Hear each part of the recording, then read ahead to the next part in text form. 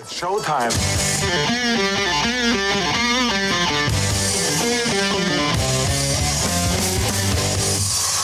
Yeah. Carl's back in the house. What's going on, Karl? My clip number one is an awkward start that I don't even think makes sense. Hi, Mom. Hello, son. So, this was an idea of me interviewing you that was brought up by the producers on the podcast. Right. It was an idea initially that I was like, oh no, I don't know. I don't know if I... Okay, so I get a call. Oh, hold on, let me do the introduction for the podcast. Wait a second. And the reason that they wanted to do it was because I did initially resist. And one of the things that we're doing with this whole thing is this is almost like a big giant social experiment of leaning into the uncomfortable. Leaning in. Oh, now, this doesn't make sense. He says the producers, first off, producers, they don't have a mic. He's producers? What are they doing? Exactly. So it doesn't make any sense. So he starts out by saying the producers wanted you to be a guest, and I was reluctant, and therefore they wanted you to be the guest. Well, no, they'd already said they wanted her to be the guest before you were reluctant. So the order doesn't make any sense. Right. You're supposed to have some backbone and know what's best for you. And I would say your second podcast, when barely the only thing we know about you is that you wanted to eat some chick's rib and you branded girls and you were this terrible, terrible person. I don't think your mom is probably, the second episode is probably not the best place to start with mom. Well, I got to tell you, and I think you saw this today, it did make some news in TMZ. This was actually a good guest for him. This is a wild conversation these two have. Okay, I understand it. You want to get publicity, but I don't know, when your sound quality is so shitty and you're just getting started, is that really when you want to draw people to hear a crappy podcast? But is she that good? Is she worth it? It is interesting. It starts off, he's going to set the parameters of their conversation. Now, they were estranged for many years, and it wasn't because of the cannibalism per se. It was actually, he dropped out of high school to pursue acting, and the parents were not happy about that. There are a lot of issues. But it worked. Why would they not be happy about it? It worked. Well, they didn't expect it. Yeah, obviously. when it did, it did. You know, when a kid in 11th grade drops out to be like, I'm going to go be a movie star. You're like, no, you're not. So. Yeah, I don't think my dad was too crazy about me being a radio DJ, but when it started working, then it's like, oh, yeah, that was a pretty good deal. Oh, my gosh. I'll never forget. I had a job at the newspaper here in Rochester, and I was there for about 5 years. And then I got a gig at a place called ebombsworld.com. Oh, Ebombs World. I loved Ebombs World. And my dad goes, Karl, you're leaving the newspaper to work for some website? I'm like, yes, definitely. That was a huge website. Yeah. Was that a good gig? Oh, it was an amazing gig. I still have friends from that place. I'm kind of surprised at your career arc, because you go into this marketing thing from there, or was there something else? Well, that was those were both marketing jobs that I had, but working for websites, working in the digital space. Regardless, let's get back to setting the parameters for the conversation between Armie and his mom, Drew. I want to set the sort of like parameters of what we're going to try to do here. Normally, in our relationship, I have very clear boundaries with you in terms of I don't want you to talk to me about God all the time, which we have discussed, and you're welcome to weigh in on this, but my understanding is that you feel this is such a big part of who you are and what you are and your purpose that that's just what you do all the time. Wouldn't it be better to handle off the air? Well, it's an odd way to start off, and I thought the same thing. I thought, this is odd. He says, I don't want you talking about God all the time. Like, you're going to bring God up. I get that. Okay, we talk about other things too. And he goes on to even say that the reason why I stopped talking to you is because you turned into my pastor instead of my mom. Like, all she would do is talk about Jesus and Christ. And so I was like, oh, this is a weird way to start things off, kind of awkward, the way he's coming at his mom like this. Like, just so you know, here are the rules if we're going to have this conversation on this show. And then as time goes on, I'll let it play out. But you start to realize that, oh, there's a reason why Armie Hammer is such a lunatic. I came out of this podcast feeling very differently than I did going into it. And it starts with my clip number 3, the gifts that mom brought over to the apartment. I also want to say that You brought me another Bible. So this would be the fourth Bible that you've given me in the last 2 times that I've seen you. I found one in my car that you put in my car. I found this one, and then I've got these 2 that you gave me. So thank you for coming. Thank you for bearing gifts. Welcome to my home. Oh boy, she did not find that as funny as he did. Yeah. Well, the story behind this Bible is pretty crazy because so she goes over to pick up the grandkids, his kids, at the other house, and they're having a garage sale, and she finds a Bible that was given to Armie when he was a kid by Oral Roberts. Now, Oral Roberts was this televangelist and friend of the family. And so she saw that. She's like, "You're selling this for $2? This is a Bible from Oral Roberts that she gave to my son." So she bought it and then gave it back to Armie. And he's like, "Oh, great, another Bible." She's like, No, it's a really important one. It's like, "Yeah, no, I know. They're all really important ones." I think he'd rather have the $2. Well, right. He'll sell it for $2. Oral Roberts is best known for just a couple things. One, for being the punchline of the joke, "What are 2 guys named Bob called?" Yeah. And then there's also Oral Roberts said, "God is going to call me home if you don't give me $10 million." And he started raising money. That was, I don't know if you remember that, Carl. It might have been before your time. Way before my time. And then, of course, we hear about the basketball team from time to time. That's really all I know about Oral Roberts. Had a good run a few years ago. Yeah, they did. That's right. I don't think those 2 are related, are they? The school. Yeah. Oh, yeah. The school. Yeah, he started. it. Founded it, yeah. Yep. Absolutely. I didn't realize. So yeah, so obviously she grew up in a very religious family, and they had friends in high places making lots of money on TV, and she tells the story about meeting Armie's father. Now they had met on this airplane, and Armie's father wasn't supposed to be on this airplane, but he missed his flight. And so he got on this one, and they ended up sitting next to each other. And then the next day they go out for lunch. I mean, Jesus made all of this happen, just so you know. Right. And the next day they go out for lunch. It's their first date. And this is a funny conversation. Like, Armie's trying to tell his mom, like, there's other ways to get to know somebody. And we sat at lunch, and that's who I am, because I'm Doug Mobley's daughter. Yeah. And I started talking to him about Christ. And the first lunch, that's who I am. Of course you did. Well, and I'm not going to waste my time if anyone's not interested. But do you feel like having a conversation with him where you actually just say, "Tell me about you," or "What's your I story"? didn't monopolize the whole conversation. No. Of course, I learned who he was. I know, but like, if you wouldn't have talked to him about Christ on the first lunch, do you feel like that would have been a waste of time? No, but it's who I am. Yeah. What? Wow, does she look like a bitch? Oh, she looks difficult. But I just love Armie, where he's just sitting there. You just can't believe it. Can you just give Jesus a rest for your first date with my dad? No. Can you just have some fun for a minute? I know, but his dad's Jewish. But in her defense, I mean, she's saying, "This is just who I am." I mean, why does it bother Armie that much? Except for the continuous gifting of Bibles. Well, yeah, you're going to find out. And Okay. so they're talking about his grandma, his paternal grandma, Grandma Sue. And he wants to have a conversation about Grandma Sue in my clip 5. Okay. Yeah, sorry. Sorry. Dealing with a lot of odd technical difficulties here. Give me a second. Number 5, you say? Grandma Sue. All right. For me, it was Grandma Sue, who is my Right. paternal grandmother. Right. Because she was just the sweetest, nicest lady. Yes, in and I had entire the world. privilege of leading her to Christ. And it That's really... great. Let me just finish this Okay. story real quick. What? All I want to do is bring up an anecdote about Grandma Sue. And she goes, "And yeah, by the way, that I led her to Christ." Like, yeah, I know. Everything leads to her talking about Christ. Oh, wow. In this conversation. It's nuts. And he goes on to explain that Grandma Sue is so much more supportive and loving in a very manipulative way. I mean, it's kind of douchey the way that he does it, but he's letting his mom know, like, yeah, she was actually there for me and supported me and wasn't just trying to convert me into a Christian every day that we talked. She kind of reminds me of one of those guys that turns everything into a dick joke. Certain people do that. Yeah. So everything's just about Jesus. Yeah. Except, everything's about Jesus. One track mind. It's just Jesus, not dicks.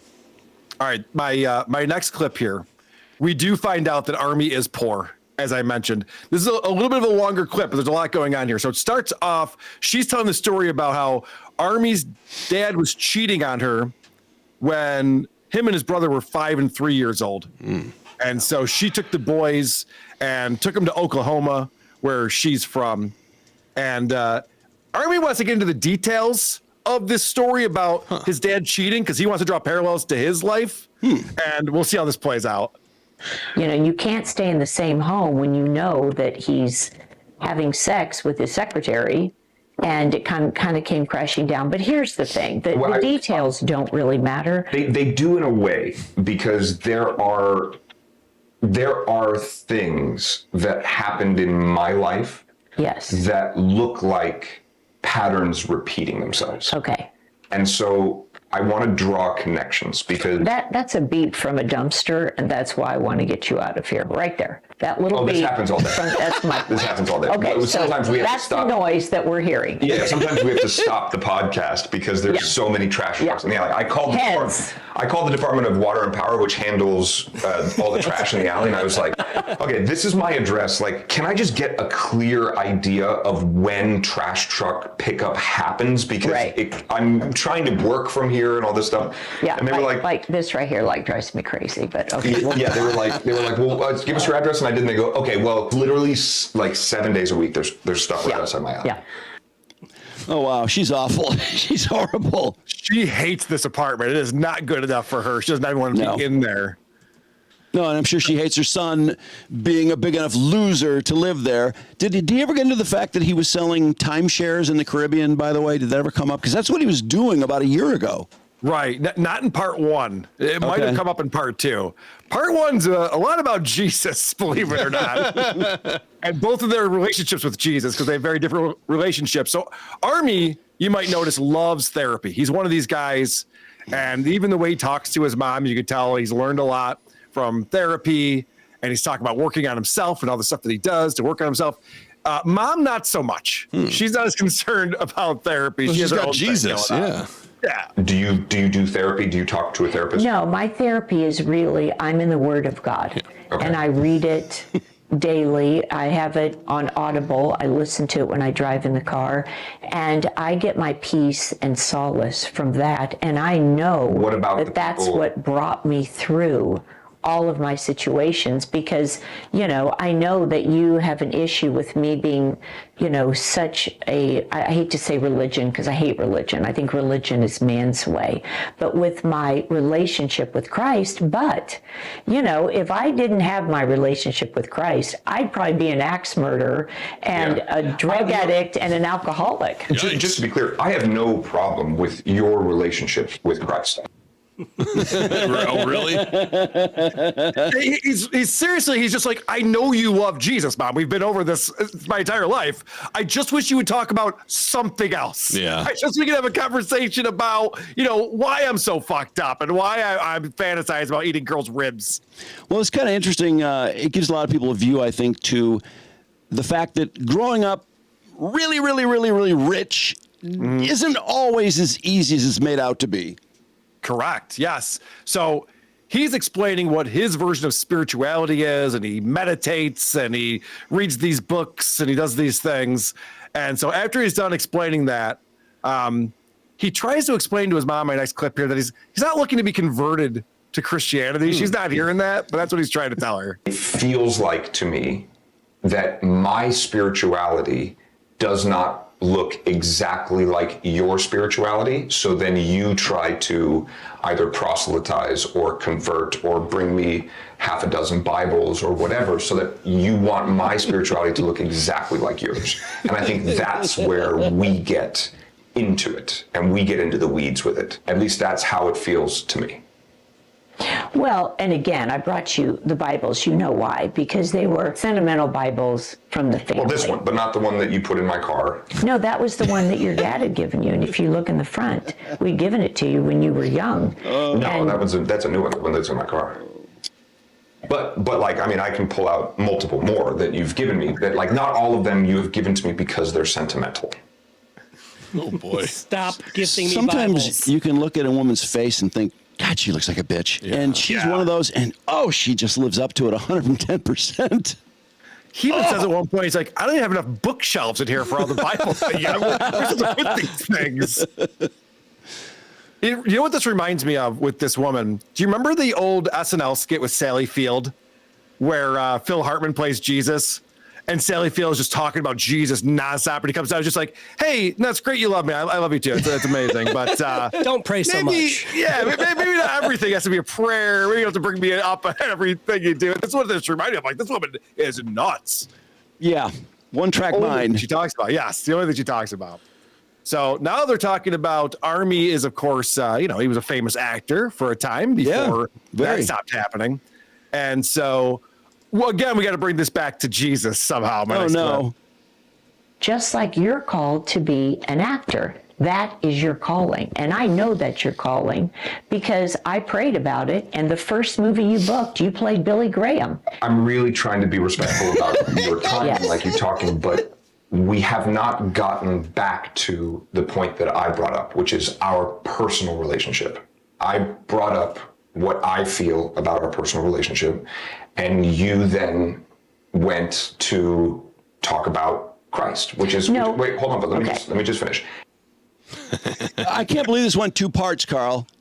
I know this is an hour. I watched the whole thing, and it's just nonstop. Like, hey, Mom, can we stop talking about Jesus? All right, no, I know, okay. And then he'd bring something up, and she'd be like, oh, this reminds me of Jesus. You're like, yeah, no, I know, I understand, I get it, but we're gonna try to do something else for a minute here. That's why he should be pushing back against his producers, if he really has producers who are so insistent, because he knows his mom. They don't know his mom.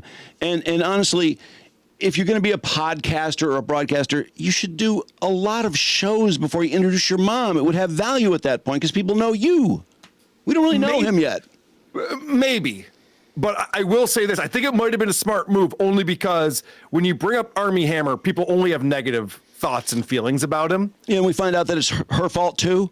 And then when I find out how he was brought up, and I go, oh, okay, now I'm starting to understand it a little bit, because her mission is to lead all of the Hammer family to Jesus. Remember, some of them, in the family tree had some Christianity, but they're Jewish. They're not really pro-Jesus people. And so she talks about how she brought all of the other Hammers to Christ in my next clip. I was supposed to be in the Hammer family. Okay. And I led every single one of them with my father to Jesus, except for Casey. Okay. And that is my calling, not only to the world, but my first callings are my children, because I brought you into this world. I'm responsible for your well-being. And when I come in your apartment, if you can call it that, and there is a table with Hindu gods and meditation things and demonic pagan gods. Oh, come on.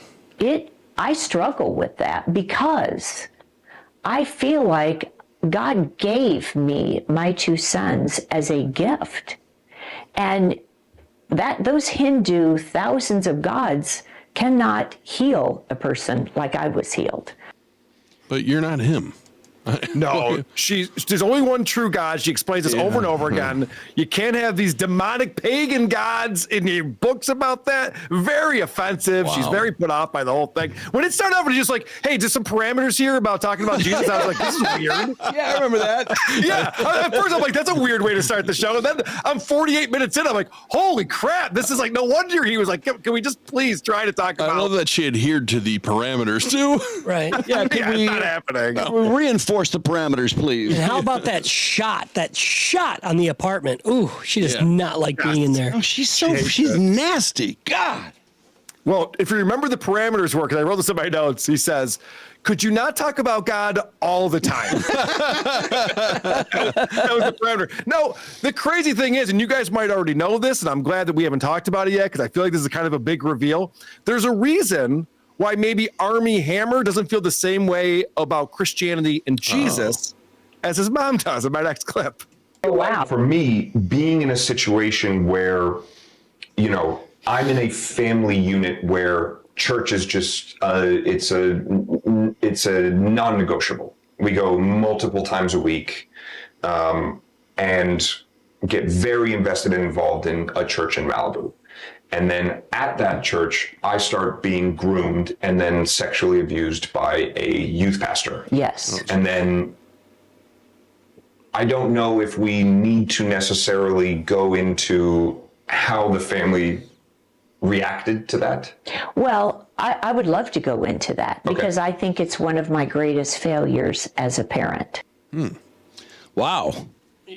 So Mom, things get heavy for the next 15 minutes. I didn't pull any clips because it's just like real heavy shit that goes on. But it's just like, okay, do you see why maybe like the word Jesus it hurts him off a little bit? Just like, oh, that reminds me of getting diddled when I was 14. Like, oh yeah, it's not great. Let me guess, Mom didn't believe his side right away. Is that what it was? Well, right, because she was saying that this pastor groomed the entire family.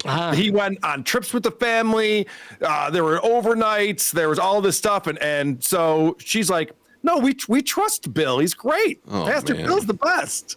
Ugh, stories old as time. Yeah, so he just made it up. Yeah. Right. Right. So it was rough. And so you understand now, and I'm starting to feel for Armie Hammer, all the stuff that we learned about him over the last few years. You go, okay, his mom's a lunatic, came from this crazy family of super Jesus-y people. And then he gets molested in the church and no one believes him. And they talk about, we don't have to get into any of this stuff, but they talk about they didn't press charges. They just sent him back to South Africa where he was from. Oh, so he could molest more people, different people. Wow. That's what Armie says. He's just like, oh, great. So you just going to molest non-Americans. Okay, cool. Great job, Mom. I find myself a little surprised after being, groomed so heavily and had this beaten into him that in relationships he wants to brand girls and sort of do the same thing in a different venue. I'm not excusing it. I'm not excusing his behavior. I just kind of understand it a little bit better now. Okay. And he's not excusing it either. I mean, he's he explains he's working on himself and he's doing this therapy and 12-step programs and all this kind of stuff. My last clip on here I just thought was funny because after all of this heaviness and all of this discussion, he kind of puts it all out there, and watch Drew's reaction to this. As your son, that makes me feel like I'm not enough as I am, that I'm not really seen by my mother, and that there's not a maternal relationship happening, is a pastoral relationship happening. And that, I think, is the crux of why we've had a strained relationship, Mm-hmm.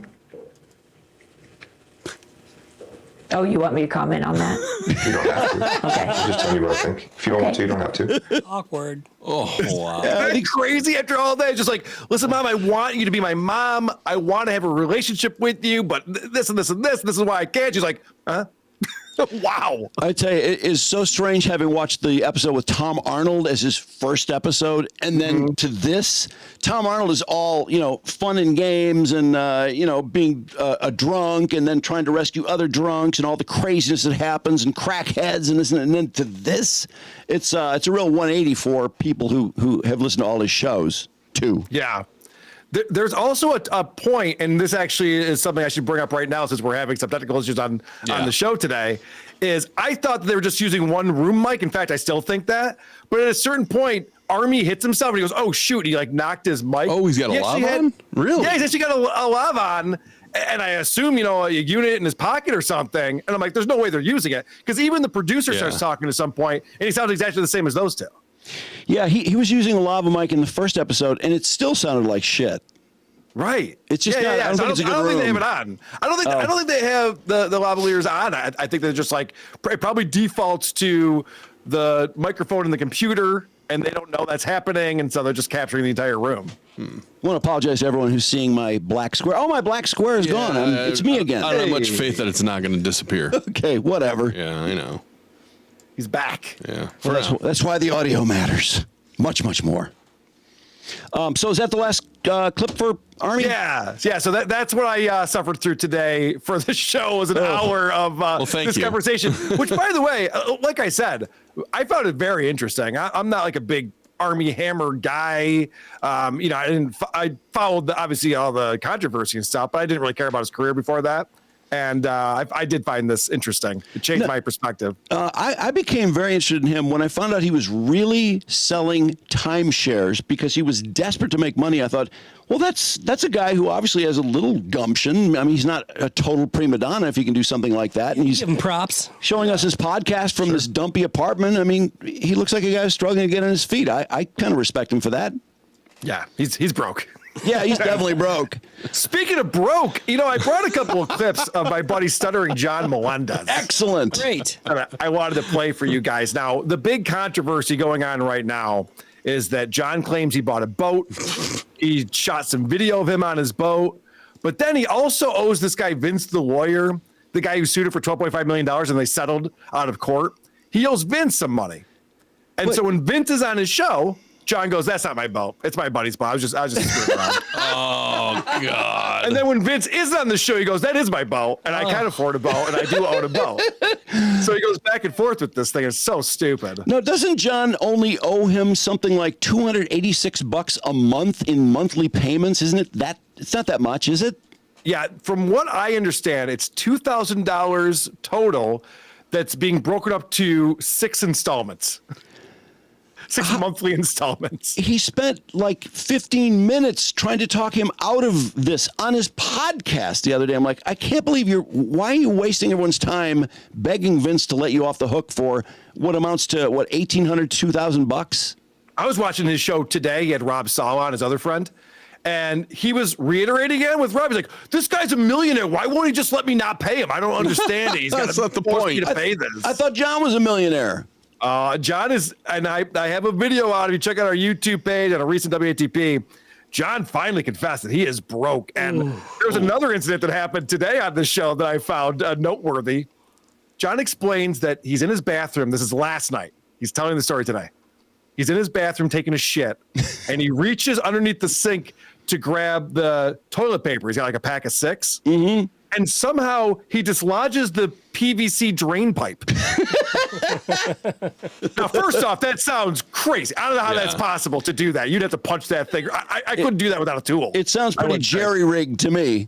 Yeah, it's a new house. I can't imagine. And then what does he do? Washes his hands in that sink. He's so stupid. He's just like, and so there's water everywhere. I'm like, well, yeah, of course, you moron. So he's complaining about having to hire a plumber, and it's going to be expensive, and he's all upset about that. So he can't quit the Dabbleverse if he's as broke as it sounds like he is. That's the only income he has. Oh yeah, correct. He's got that one pension that he brags about, and outside of that, it's just super chat money. Do we have any idea what his NBC pension is, or the pension he's talking about, whatever it is? Well, I think he told me it was like $2,000 a month. Oh, okay. Something like that. Because he took it way early. He's only 59 and he's been taking this pension for a few years now. I guess I thought an NBC pension would be more glamorous than that. The way he talks about his. Well, if he waited until he's 65 as he's supposed to, maybe it would. Yeah. But well, do you want to see the video John put out over the weekend to rub it in all of our faces? I do. Oh yeah, I'm dying to see him. Is this the vote? Is my clip 14 now?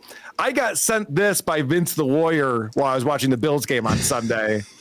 And Vince is like, "In your face, Karl." when he sent this to me. It is now. Hey, hey, I'm on my boat. I mean my friend's boat. Just hanging out here. What a good joke. Heading towards the Gulf. Beautiful weather, beautiful air, beautiful boat. I'll pause it real quick, Mark. I should point out John's biggest nemesis right now. I mean, he's always fighting me and Shuli, but his biggest nemesis right now is Kevin Brennan, who he calls Pinky. Mm-hmm. Why are they fighting? I don't understand. So they're fighting because John did that video from his boat, and then he confessed that he doesn't own a boat when Vince was on. And so Kevin Brennan did a whole 2-hour show about how John's broke. And so John got very upset about that, which is why he came back and said, "No, actually, I do own a boat." I was trying to cast this down. So this video is very much made for Kevin Brennan. If you watch the rest of it here. Oh, boy. Gulf. Beautiful weather, beautiful air, beautiful boat. Chilling out. Let's go a little fast. What do you think? There we go. Captain Melendez here. Just hanging out, having some fun. Eat your heart out, Pinky. Just sitting there screaming at a computer. I'm sitting here on the high seas with my friends on my boat. I mean my friend's boat. Oh, did it again. You get ya. Bye. You know, he wanted to say, he was saying beautiful weather, beautiful this, beautiful that. I think he looked down, he was going to say beautiful beer, but then he realized he's driving. Good point. Also, did you guys notice? I pointed this out on Point Dabble Point yesterday, which is back Mondays at 4 p.m. either on my network or on my channel or on Chili's channel. But I pointed out, you guys remember Dukes of Hazzard? Yeah, oh God, yeah, sure. The way they would drive their cars, they're constantly turning the steering wheel. Yeah. Once you're in San Francisco on that one road, you never need to do this. Yeah. That's how John was driving the boat just now. I was like, what are you doing? Yeah, there's so much traffic around him in this video. There's no one around him. Yeah. I don't really understand buying a boat to like give somebody else a big L. I mean, wouldn't you buy a boat because you wanted a boat? Because boats, I mean, John may not be aware of this, but boats involve a lot of maintenance and work and expense. So it seems like a bad reason to just, get somebody by buying a boat. I told Vince when he sent me that, I go, I really hope John did buy a boat because it's going to make for a ton of great content. Yes, no doubt. Wait until, he's behind on his fees at the marina or he's got to get the engine redone. Who knows what's going to happen with this thing? Oh, he'll be stranded in the middle of the Gulf. Yeah, no gas. Yeah, he might die on that boat. Good point. I think it was you played a clip and he was talking shit about. I got my my motorcycle, I got my Mercedes, I got my boat, I got everything. And it's like, oh God, wasn't his car a 2003 or something? His Harley is a 05, I believe. And his Mercedes is a C class. I'm going to be a snob. It's a C class. It's not a high-end Mercedes.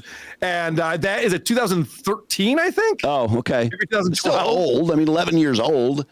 Yeah. He bought it used. It's none of this stuff is impressive. And he's trying to say he's like, yeah, I got all my midlife crisis checkmarked off. I got all the list. I got my new house, my boat, my motorcycle, my cars. Like it's all shit. Guys that have it all do not have 11-year-old cars. Right. Just don't. I have one more clip on here that I think you guys will get a kick out of. This actually came from Dabblers Anonymous, the subreddit that goofs on John. And this guy, Barnes and Noobs, he makes these great videos. And he found that John back in September was telling a story to Vince the Warrior that's very similar to the one he told Vince the Warrior yesterday on his show. So he synced the two episodes up. And this is incredible right here. Oh, it's so funny. There's another story there. I was at this bar. So I'm at the bar. And it's during, and this is a Phillies bar. Eagles there. So I'm there, and this big fat guy, one big fat fuck, stays. So he's arguing Eagles, he just starts going, Giants. Anyway, this guy's an Giants, fucking, but he's drunk. Then he starts, and then it's like somebody goes, oh, that's Stuttering John from Howard Stern. Give a fuck. Fuck Howard Stern. Fuck him. And he starts yelling at that big nose Jay and all this, and he fuck Howard Stern, Hollywood fucking prick.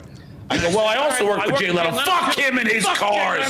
All his fucking cars. And then his friend goes, garages and cars. What's so bad about having cars? And he starts going, fuck all you fucking liberal. And he starts going crazy on me. Who cares? And then I'm like, you're right. I go, dude, of course, this is me. I go, want to go outside, man? And he really gets settles up. And he's way bigger than me, but I don't have any fear. I'm like, come on, just take it outside. Come out to the parking lot. And of course, he doesn't want to go outside. And he goes, and then he leaves and he tells me, go, come on, let's go outside. Go fuck yourself. Because I would leave the fuck out of him. Oh, yeah, right. Oh, my God. Why is he dying to fight so bad? I don't know anyone his age in as bad a shape as he is that is dying to fight. That's insane. I also, one of the things about that story that's made up but funny is this guy's going, fuck the Giants. I'm an Eagles fan. And some guy goes, hey, don't you know that Stuttering John from the Howard Stern Show? If anyone's saying that, it's Stuttering John from the Howard Stern Show. Of course. I'm a celebrity. Be nice to me. Oh, I love in John's stories. He's always telling people to go outside and fight him, and everyone's a pussy and no one wants to fight him. This guy's 59 years old. Yeah, and he wants to fight. He takes something like 8 pills on his show every day. You watch him go through all of his meds and take his meds every day. Half of his body doesn't even seem to work. His arm kind of moves with his other arm because he's had a couple strokes. I just don't think it's intimidating. What is he taking, Carl? I know he talks about Klonopin, which he loves. Oh, wow. Yeah, he takes Klonopin, but he always says it's like OCD medication. But I don't think it's Klonopin? It can be. I don't know if you're supposed to take it with alcohol though. No. Because it's kind of a tranquilizer. Yeah, it just calms you down. Slows yeah. everything down. Yeah, but I think it reduces anxiety. I think a lot of people would say that about Klonopin. Mm-hmm. And he's got so much to worry about when he's almost in fights all the time. That is true. And running out of money. What did he actually acknowledge he was broke, or did he just put it in so many words that he is absolutely broke? He explained to Vince, he goes, because he owes Vince for October payment, November, December. He hasn't paid any of them yet. And so Vince is like, are you going to pay me for November? He's like, I can't because I haven't filed my taxes yet. No. And I owe my accountant $1,000 or else I can't pay or else he won't file them for me. His $286, that $286 payment is such a huge, it's going to dent his finances so badly as to push it back 3 months. So he literally says, I can't do it this month because I have $1,000 I got to pay my accountant. And then he says, in December, it's Christmas. You don't want to be the Vince who stole Christmas. I got to buy my kids gifts. I mean, these are things poor people would say. Yeah, absolutely. Also, the other funny thing that's going on is John has his thermostat set to 80 degrees. So he comes on his show and he's just sweating and he's a mess. Like, oh, it's so hot here. It's so hot. What? 80? Jesus. Yes. There's two theories here. One is that he just can't afford to pay the air conditioning. It is expensive. Yeah, or he doesn't know how to. No, the other theory is because the house is in his mom's name. The other theory is that his mom's paying the bills and she's controlling this remotely. She's like, no, John, we're not doing the AC this month. Oh, my God. Or were there rumors that his mom owns the boat, too? Yes, there are also rumors that his mom bought the boat for him. Wow. So John's father or his mother has kept better financial care of herself than he has, obviously. By far. Yeah, he said he had to buy the house using his mom's credit score because his is so bad. This is another funny thing that happened this week is my buddy Cardiff Electric. He just put out a tweet and he goes, working in the banking industry allows me to see things that other people can't see, like this credit score. And he shows a credit score of 440. Doesn't mention a name or anything like that.